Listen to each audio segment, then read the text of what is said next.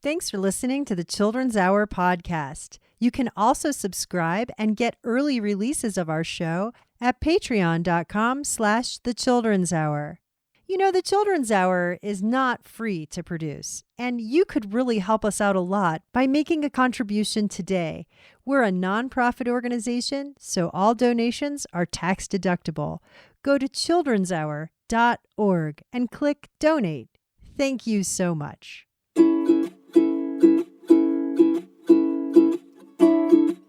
What did the little tree say to the big tree? I don't know what. Leave me alone.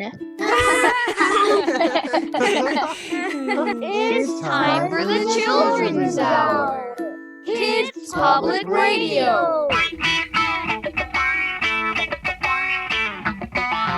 Good morning, world. It's a brand new day.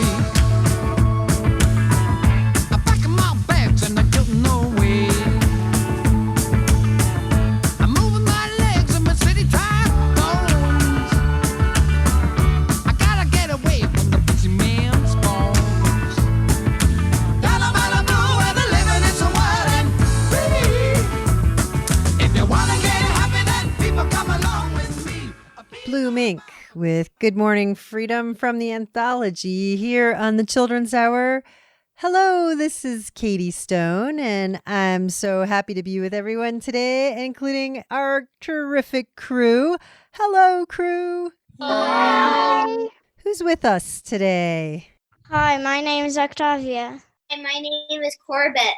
Hi, it's Illuminata. Hello, it's Melissa. Hi, it's Wolfie. Hey, it's Nathan. Hi, this is Isaac.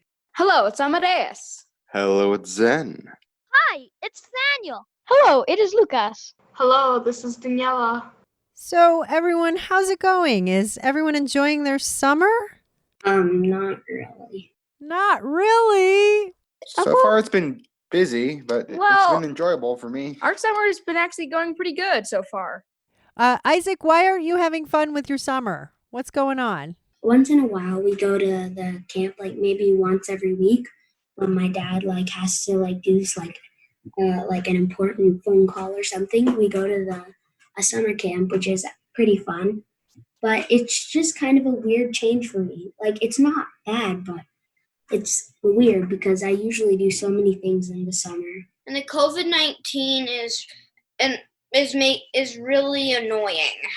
The COVID virus has taken away some of the fun stuff. Yeah, but it's kind of nice also to kind of not have anything to do and just relax and go on bike rides and stuff.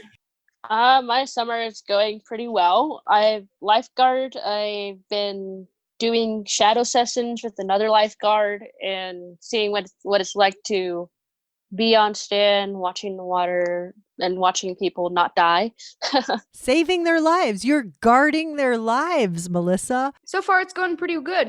We've been keeping active, going on walks in the Bosque here in Albuquerque, and we've been doing a bunch of fun stuff. And also, to get away from the heat, we got a pool, and it should be coming next week. So that's kind of fun. Wow. So me and my brother and my dad and my mom, we've been catching bullfrogs. Wait, where have you been catching bullfrogs? On the ditch. And how you catch them is you need a stick, string, and red cloth. Red cloth? Does that attract them? Or pink. Do they seem to actually like being caught? Small ones love it, and I went in the ditch and I caught a ginormous one. Well, we will have to get a picture of you, Maya Louise, with your ginormous frog, and we will post that to the Children's Hour social media feeds at TCH Radio on Instagram, Facebook, and Twitter. Today on the show, we are going to be talking about the Bill of Rights. It's the first in a 4-part series to truly understand the Bill of Rights, which are the first 10 amendments to our Constitution of the United States. And to talk about the Bill of Rights with us and the history of the Constitution is Micah McCoy from the ACLU of New Mexico. Also coming up on the show today, kids from Adobe Acres Elementary School in the 4th grade, Mrs. Rincon's class, have prepared a piece for us on leadership and what leadership means to them. Plus, we're going to hear from the Extinction Diaries. Today, talking about pangolins. This is Schoolhouse Rocks from a CD called Schoolhouse Rocks the Vote, right here on the Children's Hour.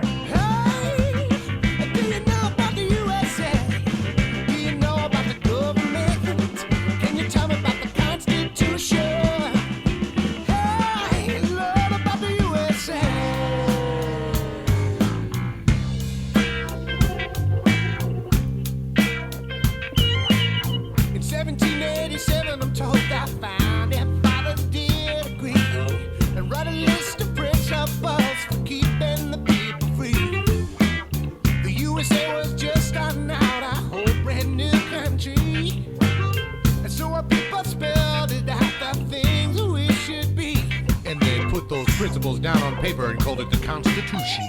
It's been helping us run our country ever since then. The first part of the Constitution is called the Preamble, and it tells what those founding fathers set out to do. We the people, in order to form a perfect union, establish justice, ensure domestic stability, provide for the common defense, promote the general welfare, and ensure the blessings of liberty to ourselves and the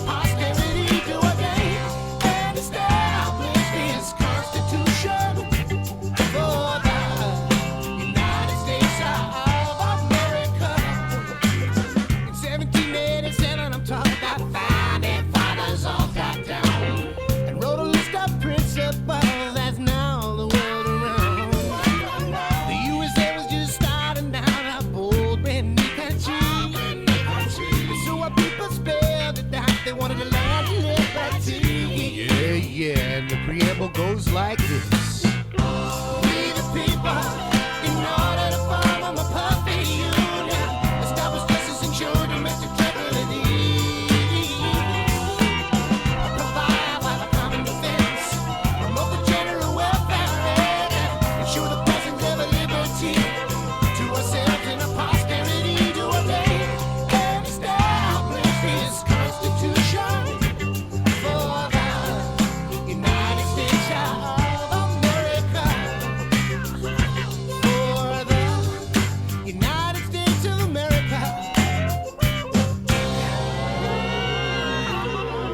That was the preamble from Schoolhouse Rocks the Vote, done here by John Popper. You're listening to the Children's Hour, and we're so excited because we're starting a series on the Bill of Rights. With us today on the show is Micah McCoy. He's from the American Civil Liberties Union of New Mexico. Welcome to the Children's Hour. Thanks for being with us.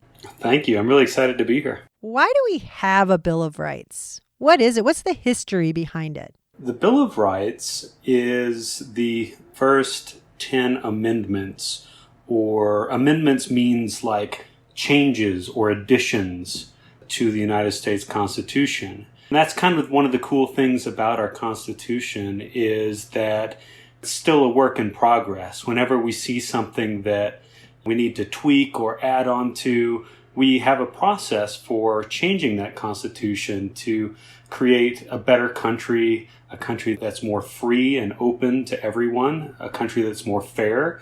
Over time, we've added these additions to our Constitution, and the first 10 came really early in our country's history. And it actually has kind of a cool story about how those first 10 amendments called the Bill of Rights came to be. So I was going to talk a little bit about how that happened, if that's okay. Sure. But I do think before you go there, we really need to discuss just briefly, what's the Constitution? Does anybody want to give a shot at answering what the Constitution is? So the Constitution was written by James Madison. Yeah, he was one of the main guys who was involved. But yeah, the Constitution, maybe a simple way of thinking about it, is just a way of saying who we are as a country. We did a pretty interesting thing back in the late 1700s, is that we, meaning the people, primarily European settlers, colonial settlers who came to the United States and were living in the 13 colonies owned by the Empire of Great Britain at the time, we decided that we didn't want to be part of Great Britain anymore. So we decided we were going to invent our own country. So first we declared independence, where we wrote out a document saying, okay, we are no longer going to be a part of Great Britain. We are going to be our own country now. And then the Constitution was where those same group of people were like, well, okay, what kind of country do we want to be? We got to decide who we are as a country. The first thing they did is they kind of did a version, if you think about it as software, a version that had some bugs in it. You know how sometimes like the first version of a computer game you play will crash and is like really buggy? Well, they had like a really buggy, glitchy version of the Constitution early on called the Articles of Confederation. And that was where the 13 states came together and tried to form their first government. But it didn't really work because they didn't really figure out a good way of working together and cooperating. They had trouble raising taxes and figuring out how to deal with other foreign nations in an efficient way. They couldn't really figure out how to maintain a military. There ended up being like a rebellion that made the whole country nearly collapse in the first years. So they came back to the table in 1787 to try to get version 2.0, like a better version. And that's where the Constitution that we have today comes from, is the 13 states that were the 13 original colonies each sent representatives to the Constitutional Convention to really discuss and hash out and figure out, like, what kind of country are we going to be and how is it going to work? So what they ended up coming up with was a government based on what's called federalism, which is where you have a strong federal government and then also have state level governments as well. And they each kind of balance each other out. But we weren't able to arrive at that overnight. So then the Bill of Rights would have come out of a revision of sorts, fixing what wasn't in the Constitution. Is that where they came from? Yeah, so there was these two main groups, like at this Constitutional Convention, groups of founding fathers that had different ideas of how they wanted the country to be imagined. So you had the Federalists, and they wanted like the strong central government to make sure that things, ran smoothly and could be well organized across the country.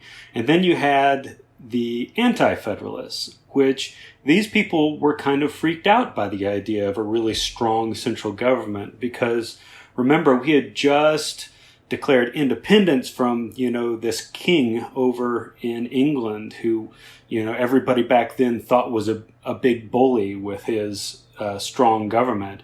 And so the Anti-Federalists were really scared that if we had a strong central government here too, then we just slip back into having kings and tyrants and despots. So there was this big argument that happened between the Federalists and the Anti-Federalists. Does anybody recognize the name Alexander Hamilton? Alexander Hamilton was a man who partnered up with George Washington and fought in battles with him. I know that there's a musical about him. Yeah. Alexander Hamilton was an immigrant from Puerto Rico who was, he traveled over to the United States as an immigrant, and then he was George Washington's right-hand man and when he went into battle, and he was shot by a different dude in a gunfight after a disagreement about something. Oh, yeah. He was like one of the main guys. Probably some of you have heard the musical. We'll be playing some instrumental tracks off the Hamilton soundtrack in just a little bit. Oh, good. And the musical shows Alexander Hamilton having all these rap battles with the other founding fathers. Alexander Hamilton was one of the main guys who was one of the Federalists. He was on the side, wanted a strong central government. He basically had the 1700s version of this epic rap battle between the Federalists and the Anti-Federalists, who had famous guys like John Jay. Thomas Jefferson. Yeah, so they were having this epic rap battle, but they were doing it by sending these essays to newspapers, making their arguments about how they wanted to make these different kinds of governments, and they ended up having a compromise. And part of what that compromise looked like was, yeah, the Federalists won in that they got their strong central government, but the Anti-Federalists, the people who are worried that, a strong central government would trample over people's rights and end up being a big bully, they got an addition to the Constitution called the Bill of Rights that lays out very specific protections that you and me and everybody else in the country have guaranteed to us to keep that strong central government from stepping on our toes or taking away some of our freedoms. In a different state, would they have some of the right of the Bill of Rights that we have? That is such a smart question. So the way federalism works, you have one big overarching government that's kind of like an umbrella that goes over all of the states. And so those laws that are under the federal government, which the Bill of Rights are, they cover all of the states. For instance, we're going to talk about freedom of speech here in a little bit. I have freedom of speech here in New Mexico. My brother, who lives in Oregon, has the same freedom of speech guaranteed by this big umbrella that we were talking about in Oregon. My parents live in Texas. They have the same guarantee of freedom of speech provided by this big overarching federal government umbrella. But guess what? There's also constitutions for every single state. So here in New Mexico, we also have, our own kind of version of the Bill of Rights that maybe even gives more and broader freedoms. We're talking about the Bill of Rights with Micah McCoy from the ACLU NM, and we will be back and talk about the First Amendment coming up right after this break. You're listening to the Children's Hour, Kids Public Radio. We'll be right back. The Children's Hour is produced by the Children's Hour Incorporated, a New Mexico nonprofit dedicated to producing high-quality kids' public radio. Support provided by Electric Playhouse, an all-ages dining and interactive entertainment wonderland based in Albuquerque, New Mexico. Experience gaming in a whole new way, transporting you to another reality. See for yourself at electricplayhouse.com. During this time of the COVID pandemic, we would like to urge everyone in our listening audience to stay home as much as possible, continue social distancing and washing your hands frequently, and always wear your mask in public.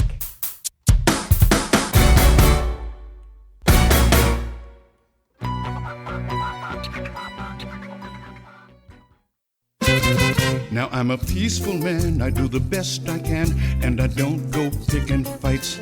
But there's one dang thing that gets my dander up when they start messing with my Bill of Rights. Yes, I'm a busy man, a good American, and I can't chase fires or kites. But I'll sure find time if I should hear of the crime that they've been treading on the Bill of Rights. Now when they'd first begun, they wrote the Constitution, ratified in 1788. And then in 91, with lots of work to be done, they wrote the first 10 amendments that made this country great. Freedom of speech and freedom of the press, the right to assemble and to redress our grievances, and the freedom of religion. Oh yes, oh yes.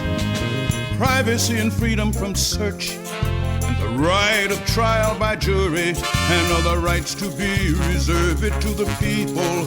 Oh yes, oh yes. And I'll be standing right there, and there'll be plenty good fights if they start messing with my Bill of Rights. It's not just me, it's you. We've got to see it through, that the lamp of freedom lights. We cannot be afraid to man the barricade when they start cheating on our Bill of Rights.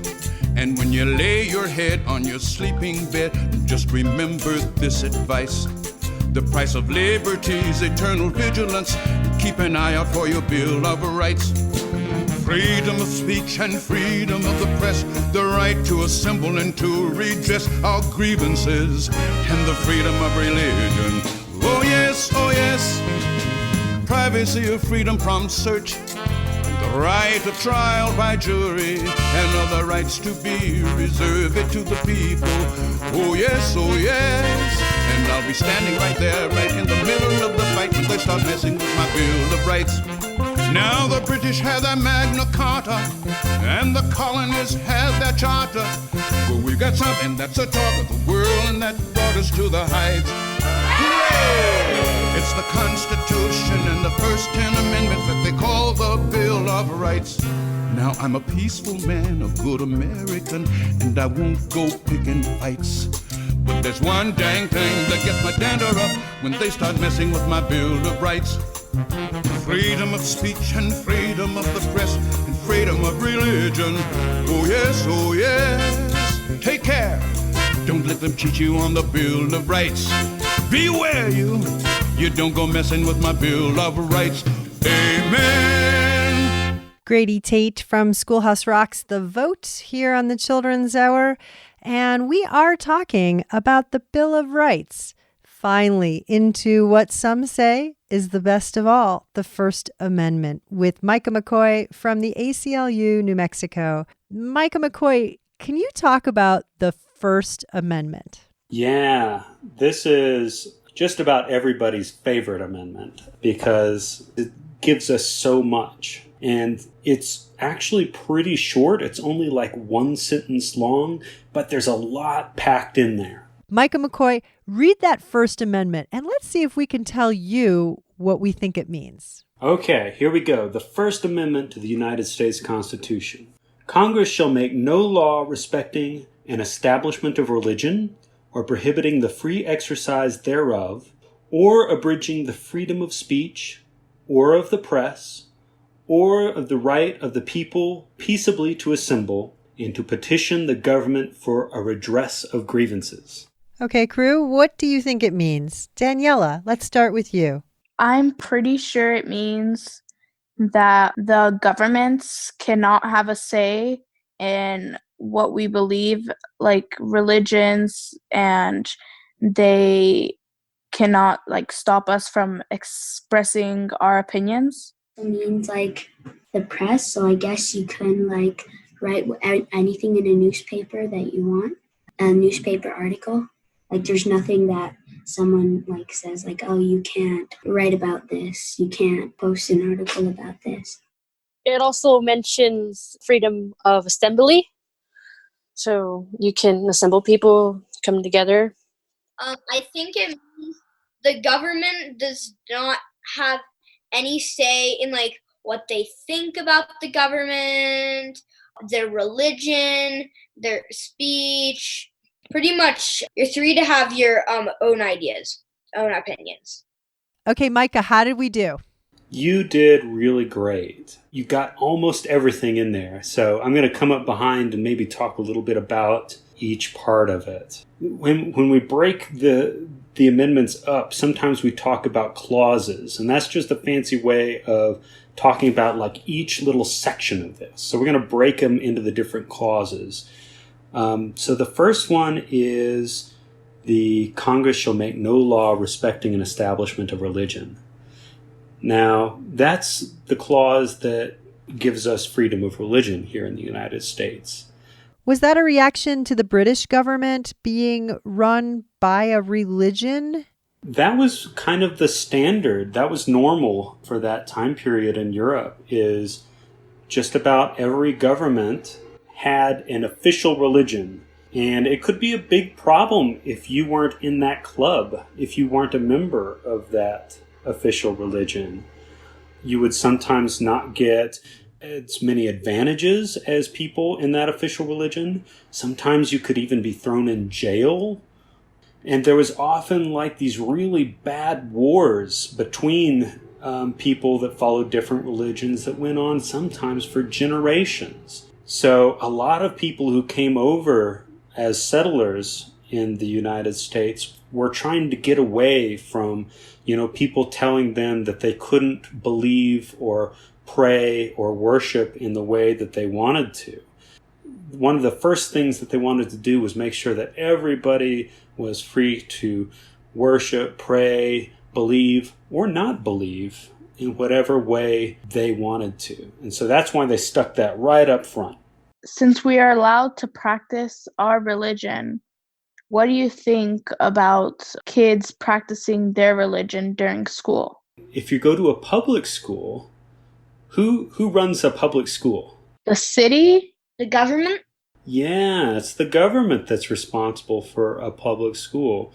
So remember that these amendments, they're really protecting you and defining the relationship between you and the government and what the government can and can't tell you what to do. In the context of a public school, yeah, there are some really ways that might be relevant. For instance, do you think that kids are allowed to pray in schools? They should be. Yeah, you're totally allowed to pray in school because that's part of your free exercise of religion. It gets a little tricky, though, because what would you think about a teacher leading a prayer in school, in the middle of class, say? So maybe if you go to a religious school, that might be okay. But in a public school, I don't know. Because that's like, she's encouraging everybody to say the prayer when some people have a different religion. That's exactly right. So in a public school, the teacher is a representative of the government. They're paid by the government, by our taxes. And so if a teacher is leading a prayer, for instance, in the middle of class, that could be a violation of the establishment of religion. Kids are allowed to pray on their own. They're allowed to get together with other kids and pray or do Bible studies at school as long as it doesn't disrupt class. You know, you can't get up in the middle of the teacher while the teacher's talking and start a prayer. But, you know, before and after school, during lunch, during your religious clubs, that's totally fine. So the first clause of the First Amendment is about freedom of religion. What's the next clause? Congress shall make no law abridging the freedom of speech. What does the word abridging mean? Basically means restricting, meaning like they can't tell you what you can or can't say. But there are limits, aren't there, on speech? Like, I couldn't be in the middle of a movie theater and just think, well, to be funny, I'm going to yell, fire, and, you know, make everybody run out of here. I couldn't do that. That would be illegal. No, that's kind of the classic example of where we start to draw limits on the freedom of speech. You can say whatever you want, but what happens if what you say is meant to put someone in danger? If you scream out that there's a fire in a crowded movie theater and there's no fire, people might panic and trample on each other and people could get hurt. So we do draw some boundaries, but we really do have an extraordinary amount of freedom of what we can say. And the government can't tell us we can't say it. So we can say that we don't like what the government is doing. We can talk about how we disagree with all of the different policies. But there are some sort of like boundaries. But it's mostly a very broad freedom that allows us to say whatever we have on our mind. The next section is about the press. What is the press? The press back then was just basically newspapers, because that's all they had, or books. So it meant that you could print anything in a newspaper or a book or, you know, a magazine or a pamphlet that you wanted to. And the government couldn't say, nope, you can't do that because I don't like it. But nowadays we have some other things that might be considered the press or news. Can anybody think of some more modern places where that might be considered the press or news? I guess social media nowadays. Podcasts, maybe, and even radio, which wasn't even around back then, and television. That's absolutely right. So we've got a lot more options than our founding fathers did back in the day. But the First Amendment protects our right to, say what we want. And that's really important because a lot of where we get our important information about what the government is doing, we get from places like TV or newspapers or blogs or radio shows or podcasts. So the way that we as citizens become informed and know how we make our decisions on how we want to vote and things like that, we get from the press. And so it's really important that the government not be able to tell us what we can and can't say, especially when it comes to criticizing the government itself. We're talking about the Bill of Rights, and we're on the First Amendment with Micah McCoy from the ACLU New Mexico. We're going through that First Amendment pretty slowly, and because there's a lot of meat in this First Amendment. The next section is about the right of the people to peaceably assemble. Can anyone take a stab at what that means? I suspect that it means that you are allowed to gather whenever and wherever you'd like, unless it's like somewhere that's off limits. I think that it's that plus the ability to, I guess you could say, like protest, like a peaceful protest. There are plenty of those going on now. And the ability to be able to do that without worrying you're going to be arrested is one of those things.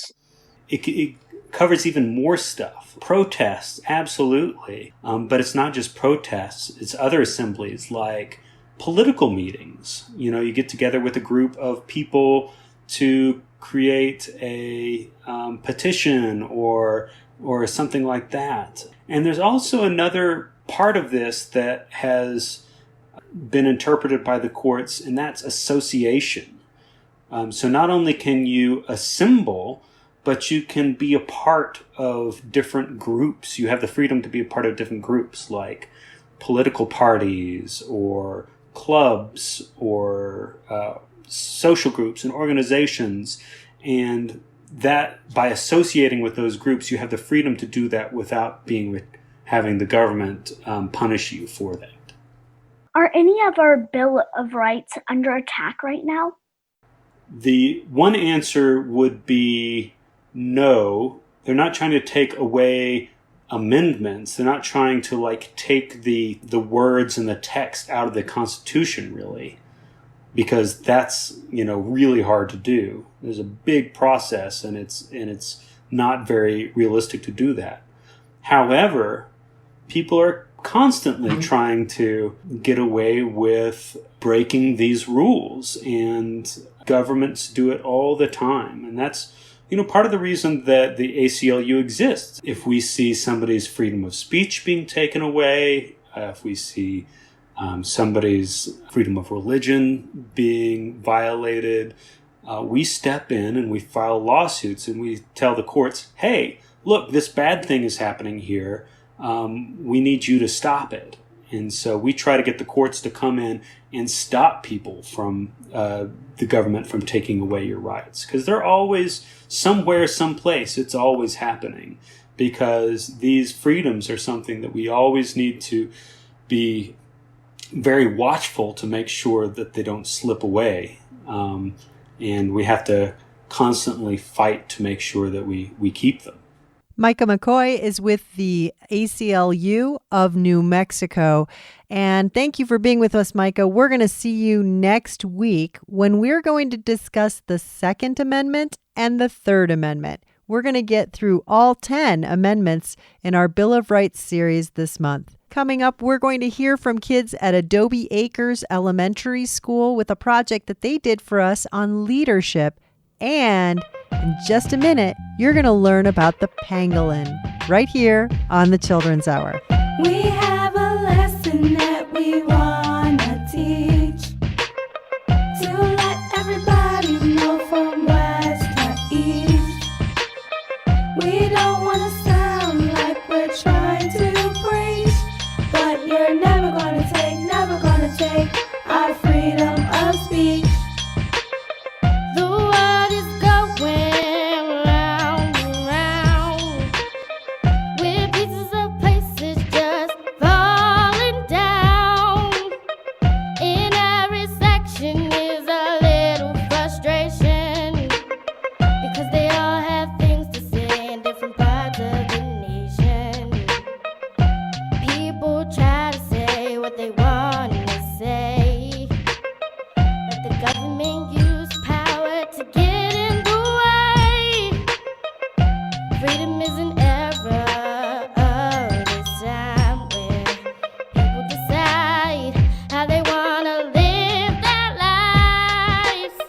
Shy, rapping the Bill of Rights. Studio camera action, turn on the lights. 1776 when we came independent.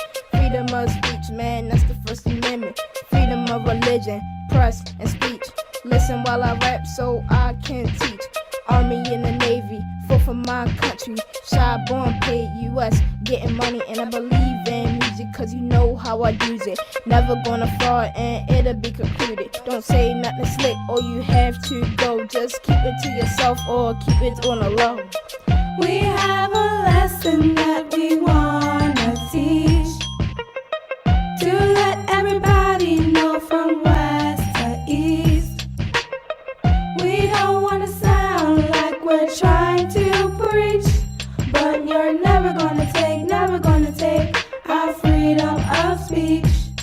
My name is Caprice and I say what I wanna say. If you don't agree, I will tell them go away. Cause where I come from, we got freedom of speech. I'm on fire like a ball of heat. I can say anything without going to jail. For all I care, you are small and frail. I'm not a weak highlighter, just gotta be a fighter. I know what I gotta do. Gotta stay strong, but it's really hard when everything is so wrong. Let me tell you something, I got a good life. I use my words like a knife. I believe in music as I speak. All you need to know, I got freedom of speech. We have a lesson that we wanna teach, to let everybody know from west to east. We don't wanna sound like we're trying to preach, but you're never gonna take our freedom of speech.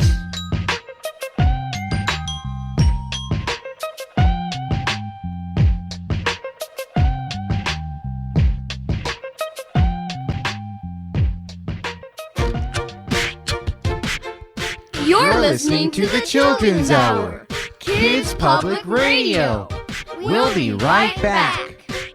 The Children's Hour is produced by the Children's Hour Incorporated. We're a tax-exempt nonprofit out of Albuquerque, New Mexico, and we're supported by listeners just like you. Find dozens of our podcasts, photos from our shows, information on every topic we cover, and so much more at our website, childrenshour.org.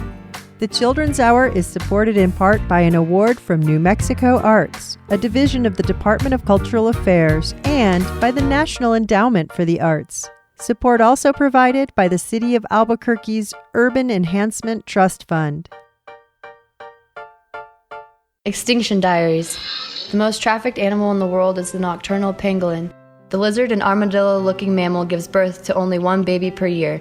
They are protected by hundreds of scales and curl into a ball when threatened. Poachers have trafficked more than 1 million in the last decade. All 8 Asian and African species are rapidly headed for extinction. One criminal bust in 2017 revealed a stash of scales from over 20,000 pangolins. The scales are sought by Asians for everything from folk medicines to luxury goods. There is no scientific proof that the scales have any medical benefit. Only the wealthy can afford to eat pangolin meat or purchase the powdered scales. Consuming pangolin fetuses are mistakenly thought to enhance a man's virility. To make matters worse, the pangolin's habitat is being destroyed. Pangolins eat pests like termites and other destructive critters and are magnificent examples of an enduring species. However, the one threat that will for sure make them disappear forever is the same species that can save them from that fate: human. My name is Mahia Soul, and this is a Small World Radio production. If you walk like this, hunched over with your front claws dangling. If you talk like this, with nothing to say at all. If you eat like this, ladle, with your red tongue wrangling. And when you get a little scared, if you curl up in a little ball, you might be a pangolin. Odie-o, a pangolin, odie-o. You look so cute, but that scaly suit makes it hard to spin around. When you're a pangolin, odie-o, a pangolin, odie-o. Digging up ants, wearing no pants, waddling all over town. Yeah.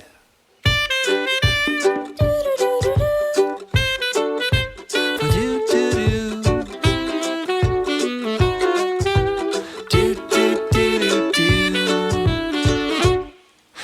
you walk like this, hunched over with your front claws dangling. If you talk like this, with nothing to say at all. If you eat like this, ladle, with your red tongue wrangling. If you've never had scrambled eggs and you look like a pine cone on four legs, guess what? You're a pangolin, odie-odie-o, a pangolin, odie-o. You look so cute, but that scaly suit makes it hard to spin around. When you're a pangolin, odie-odie-o, a pangolin, odie-o.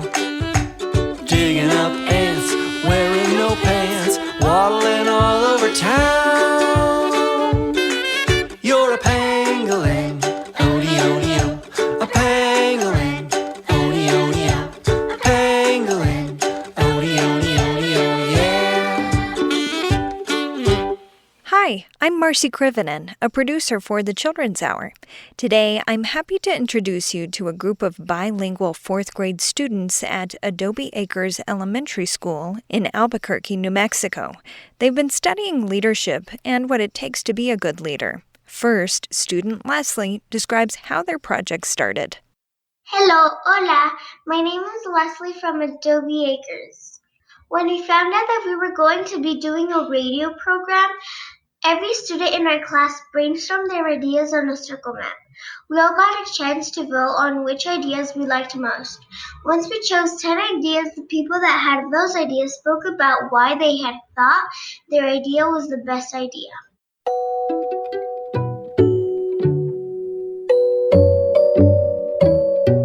I think that a good leader is honest because good leaders shouldn't lie.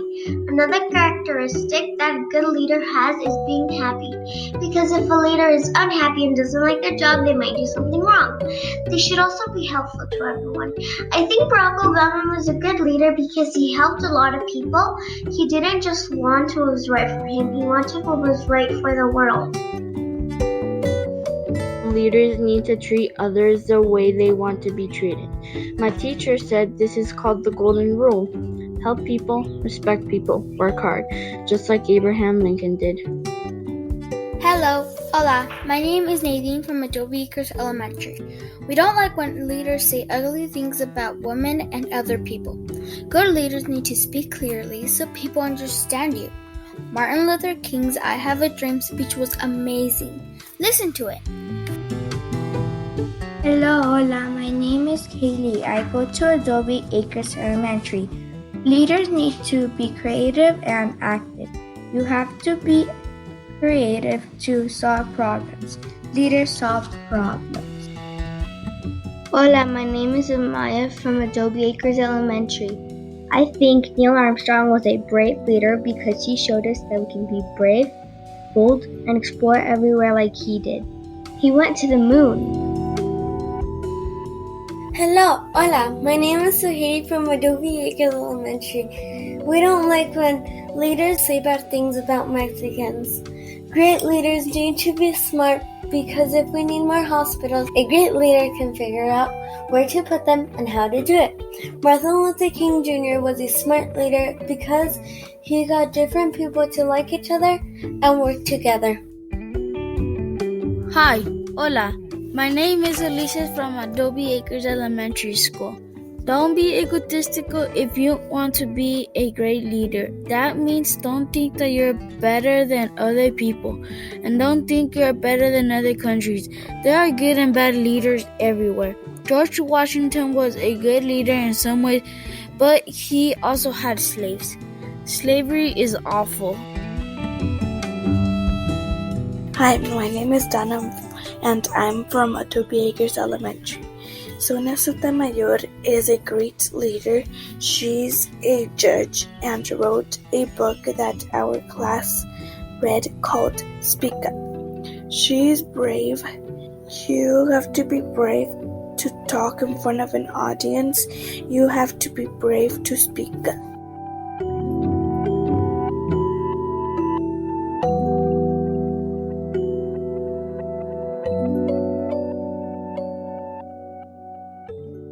Hello, Hola, my name is Jaime from Adobe Acres Elementary. We are bilingual fourth graders from Adobe Acres Elementary. Somos estudiantes bilingües de la escuela Adobe Acres. Good leaders should be smart, nice, and helpful. If they're smart and someone is trying to trick them, they can stop it. If they're nice, people might like them. A leader needs to be helpful because if a homeless person is hungry and they give him some money, he will be very happy. Gandhi was smart, nice, and helpful, and he also helped stop a lot of racism. Hello, hola. My name is Eric from Adobe Acres Elementary. Good leaders need to be smart and do their work correctly. You need to be smart and get help when you don't understand something so you can finish your work. Rosa Parks was really respectful when she sat down on the bus, and the white man was trying to take her seat away. Good leaders should be respectful. When you are disrespectful, it just causes lots of problems. Hello, hola. My name is Valentin from Adobe Acres Elementary. Leaders need to be thoughtful. Malala and her dad were thoughtful because when she couldn't go to school, her dad built a school for girls only. Malala successfully went to school for a while. After she was shot and in a hospital in England, she talked to the leaders of her country. People in Pakistan admired her speeches and bravery. She spoke out even after they tried to kill her.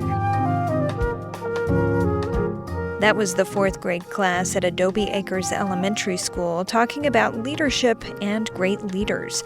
We heard two songs from Quetzal, Nature Shuffle, and Awakenings.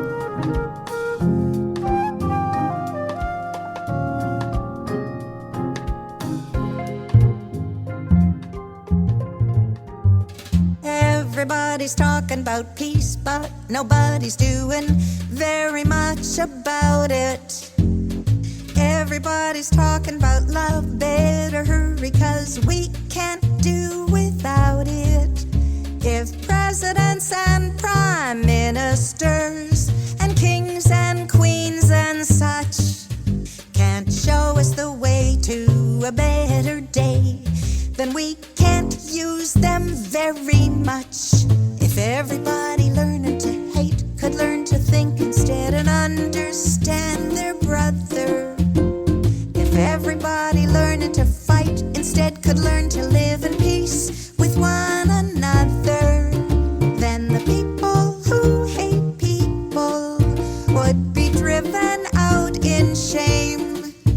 How great it would be if somebody had a war and nobody came.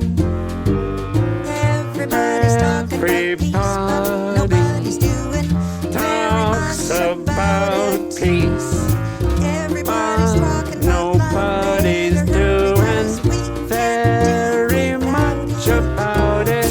Presidents and prime ministers and kings and queens should set an example and give us a sample. And I think you know what I mean. If everybody could learn to think instead and understand their brother, each other. If everybody learned to fight instead could learn to live in peace with one another, then the people who hate people would be driven out in shame. How great it would be if somebody had a war and nobody came. We're always talking, nobody listens. We need some action to calm our worries. We need to hurry, no time to linger. We've got a future, can't procrastinate. Protect our planet for humanity. Everyone's got to pitch in, you see. We all share the space, we're the human race. Can't we journey along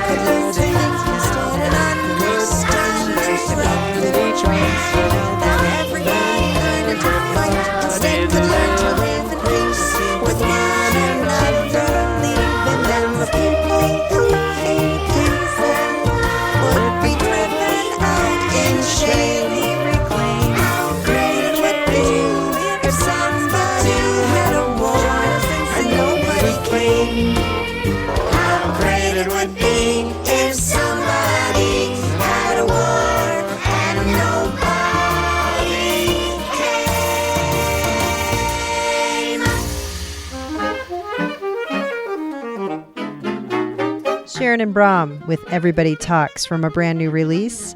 Before that, the kids from Adobe Acres Elementary School on leadership in Mrs. Rincon's class. Good job, kids. And before that, you heard the Pangolins song. That's Slugs and Bugs from their brand new CD called Modern Kid. The Children's Hour is written and produced by Katie Stone at the Sunspot Solar Studio in Albuquerque, New Mexico, with help from all of us on the kids crew. Many thanks to Micah McCoy from the ACLU New Mexico for being on the show with us today. Also, thank you to Miss Christina Rincón, 4th graders at Adobe Acres Elementary in Albuquerque, New Mexico for their work on leadership. Find our playlists and dozens of our podcasts at childrenshour.org. You can also leave us a voice message at childrenshour.org that we might use in a future episode. We post photos, links, and more information on social media. We're at TCH Radio. The Children's Hour can be heard on more than 60 stations in the United States and Canada. Hello to our listeners tuned in on Allegheny Mountain Radio, serving West Virginia and Virginia's Allegheny Mountains. You've been listening to the Children's Hour, the first episode out of 4 on a series on the Bill of Rights. We're going to go out today with some good old Grateful Dead. We'll catch you next time for another edition of the Children's Hour.